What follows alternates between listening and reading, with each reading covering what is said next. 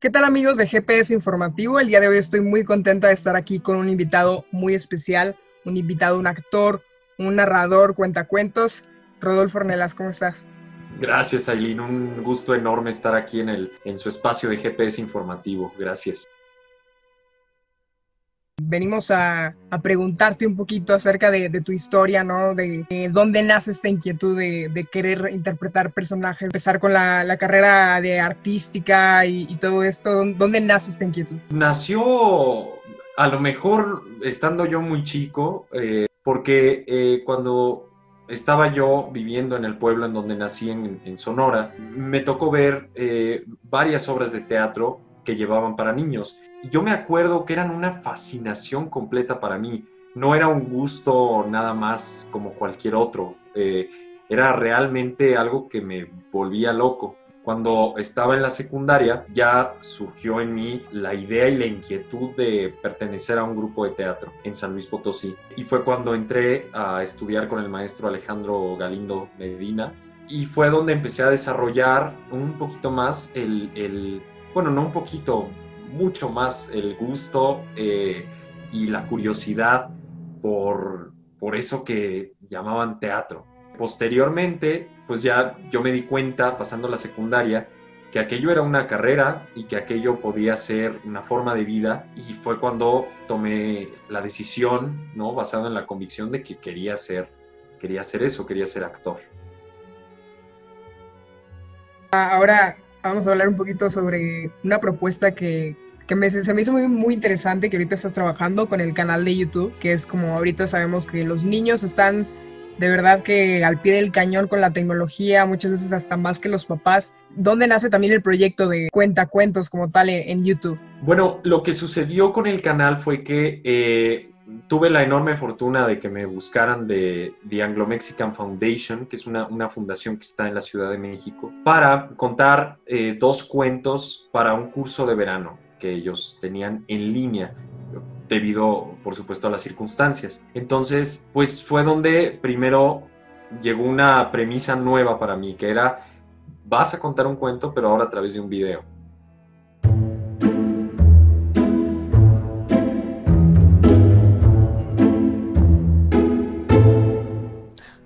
Hey, hi everyone, welcome.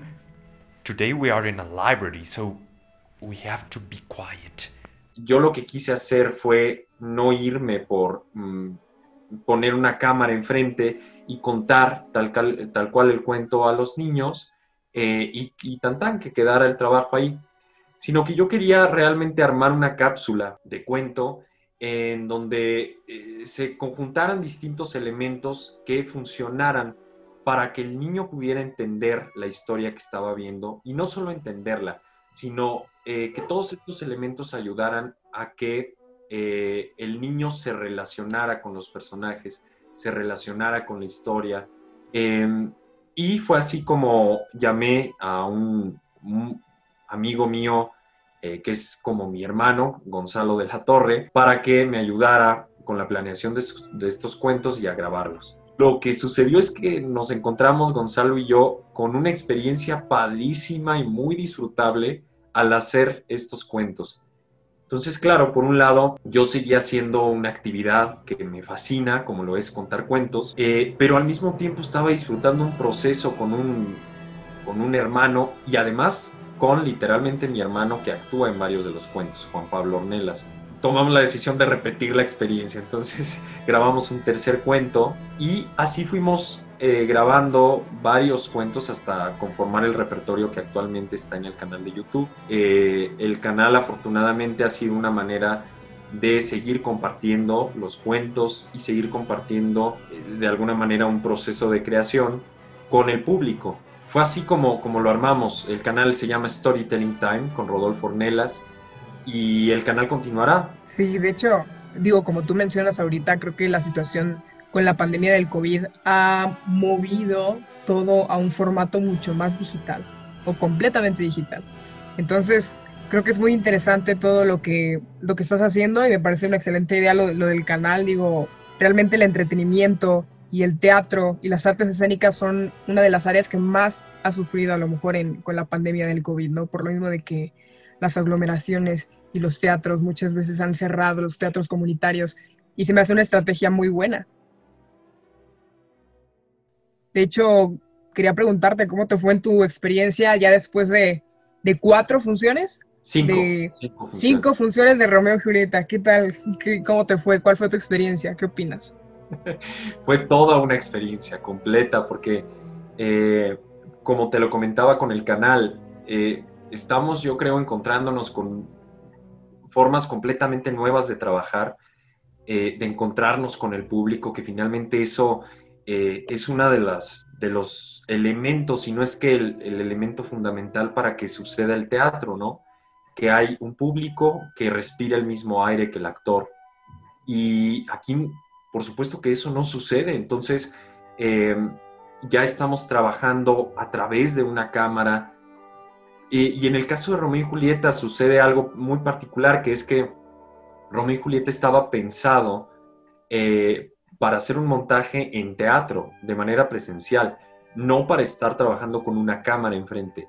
Y eso modificó en gran medida el montaje, porque el público en el teatro puede elegir dónde poner su mirada y con la cámara no, la cámara acota al espectador hacia qué es lo que tiene que ver. Y al mismo tiempo, como actor, lo que sucede es que si la cámara está lejana, muy bien, a lo mejor podemos seguir incorporando el lenguaje teatral del actor en su cuerpo, en sus gestos, en su voz, pero cuando la cámara hace un close-up o cuando realmente está muy cerca de uno de los personajes, aquel lenguaje se tenía que acotar mucho más para que no se notara, como lo llamamos, ¿no? Sobreactuado o exagerado. Pero lo que también sucede es que hay un encuentro con el público y que no sabemos realmente qué respuesta está dando el público, ¿no? Nosotros tuvimos la oportunidad de hacer Romeo y Julieta en un teatro, está en San Luis Potosí. Pues estábamos actuando con el teatro vacío, ¿no? Y estaba la cámara, y de alguna manera sabíamos que la cámara era como el espectador, pero pues aquello de cualquier manera de pronto era curioso porque era, no, ahí están las butacas, pero no, la cámara está acá. O sea, eso fue, eh, vuelvo a mencionar que fue un experimento maravilloso. Creo que estamos en eso, en una etapa de experimentación con los nuevos medios, y eso está pues trayendo una experiencia interesante de repensar los medios, repensar la actuación, repensar el encuentro con el público también. ¿Qué te pareció en ese aspecto? O sea, ¿tú extrañaste al público? Pues es curioso porque sí, por supuesto que lo extrañé, lo extrañamos, te puedo decir. Hay 3 músicos que están en el escenario también. Está el maestro Daniel Díaz en la iluminación y Gonzalo en la cámara, y lo comentábamos, por supuesto que extrañamos el público. Es decir, terminaba el espectáculo y no había aplausos ni un solo ruido, y solo poder decir, ya, terminamos. De hecho, toda esta propuesta del teatro, perdón, en línea, me recuerda mucho a la plataforma de Netflix, ¿no? O sea, de pronto a la gente le hacía mucho choque el hecho de que, ¿cómo? O sea, vas a poder rentar y llevártelo a tu casa. O sea, bueno, te ahorra todo esto Netflix. O sea, fue como que ya en una sola plataforma lo tenías todo, ¿no? Y ahora mismo el teatro en línea creo que está revolucionando todo esto, y bien dicen que creo que después de una crisis siempre hay innovación y hay mentes creando, y empieza la creatividad, ¿no? Empieza la creatividad en muchas personas, y salen propuestas nuevas que después terminan quedándose. Así que te quiero preguntar, ¿tú opinas que el teatro en línea está para quedarse? Ay, a lo mejor sería muy pronto para decirlo, pero creo que lo que sí creo es que es una posibilidad que se queda abierta para seguir trabajando, para seguir explorando. Algo que me parece interesante es que propuestas teatrales que solo estaban en temporada en la Ciudad de México, ahora por medio de streaming están llegando al interior de la República e incluso a otras partes del mundo. Y eso también me parece que es una posibilidad maravillosa, fantástica de poder compartir un encuentro teatral con personas que no están precisamente en la Ciudad de México y así en otras partes del interior, ¿eh? Y esa es una posibilidad que se me hace que va a quedar abierta para seguir explorando también.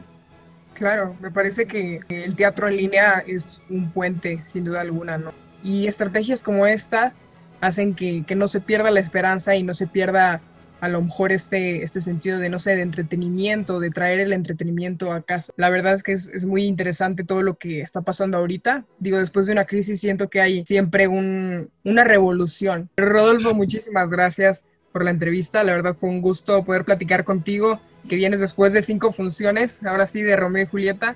Qué gusto poder platicar contigo y que nos cuentes tu experiencia y tu historia, de verdad. No, muchas gracias a ti, Ailín, a ustedes como equipo. Y quiero pues anunciar también, si me dan Claro. oportunidad, de que la temporada de Romeo y Julieta se extiende gracias a una muy buena respuesta del público, la cual agradezco con toda el alma. Y el Teatro La Capilla, que está, digamos, albergando la temporada de Romeo y Julieta, extiende la temporada y vamos a estar los 3 primeros viernes de diciembre a las 8 de la noche a través de Zoom, y los boletos los pueden encontrar en boletopolis.com. Ingresan Romeo y Julieta y ahí seleccionan la función que desean ver, por supuesto, desde la comodidad de su casa. Excelente, así que amigos de GPS Informativo ya no tienen ninguna excusa, pueden ustedes conectarse y ver esta excelente propuesta que nos trae Rodolfo Ornelas. Muchísimas gracias. Gracias, Ailín, un gusto enorme.